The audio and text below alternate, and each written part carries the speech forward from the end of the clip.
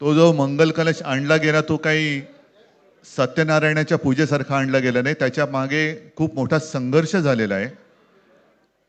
105, 107 किंवा त्याहूनही जास्त मराठी माणसांनी बलिदान देऊन मुंबई महाराष्ट्राला मिळवून दिली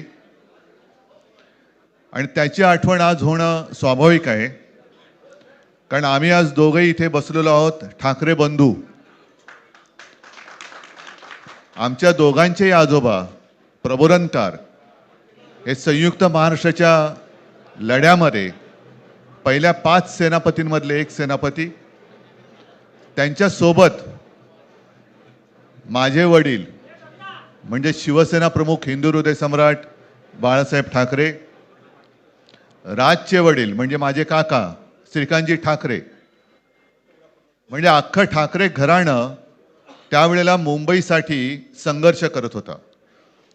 त्याच्यानंतरचा इतिहास मी काही आता तुम्हाला सांगत बसत नाही.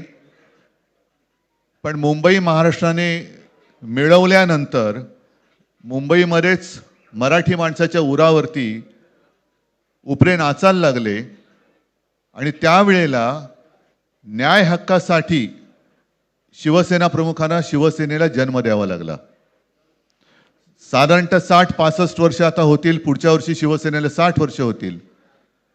इतकी वर्ष व्यवस्थित गेली आणि आज परत आपण पाहतो आहोत की मुंबईचे लचके, मुंबईच्या चिंधड्या उडवायच्या हे मनसुबे त्यावेळेला ज्यांना मुंबई पाहिजे होती त्यांचेच प्रतिनिधी, जे वरती दोघं जण, वरती म्हणजे इकडे नाही दिल्लीत बसलेले आहेत, त्यांचे मनसुबे आहेत.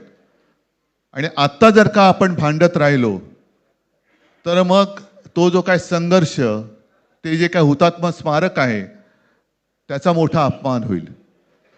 आज आम्ही आमचं कर्तव्य म्हणून एकत्र आलेलो आहोत आणि मी मागेच म्हटलं एकत्र आलो आहोत ते एकत्र राहण्यासाठी.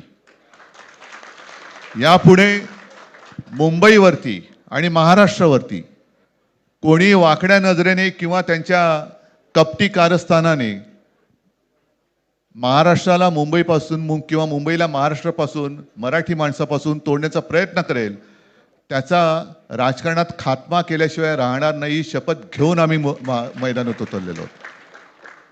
उत्साह अमाप आहे. मी तुमच्या सर्वांच्या माध्यमातून, मला कल्पना आहे की आज केवळ महाराष्ट्रच नाही तर अख्खा देश बघतोय.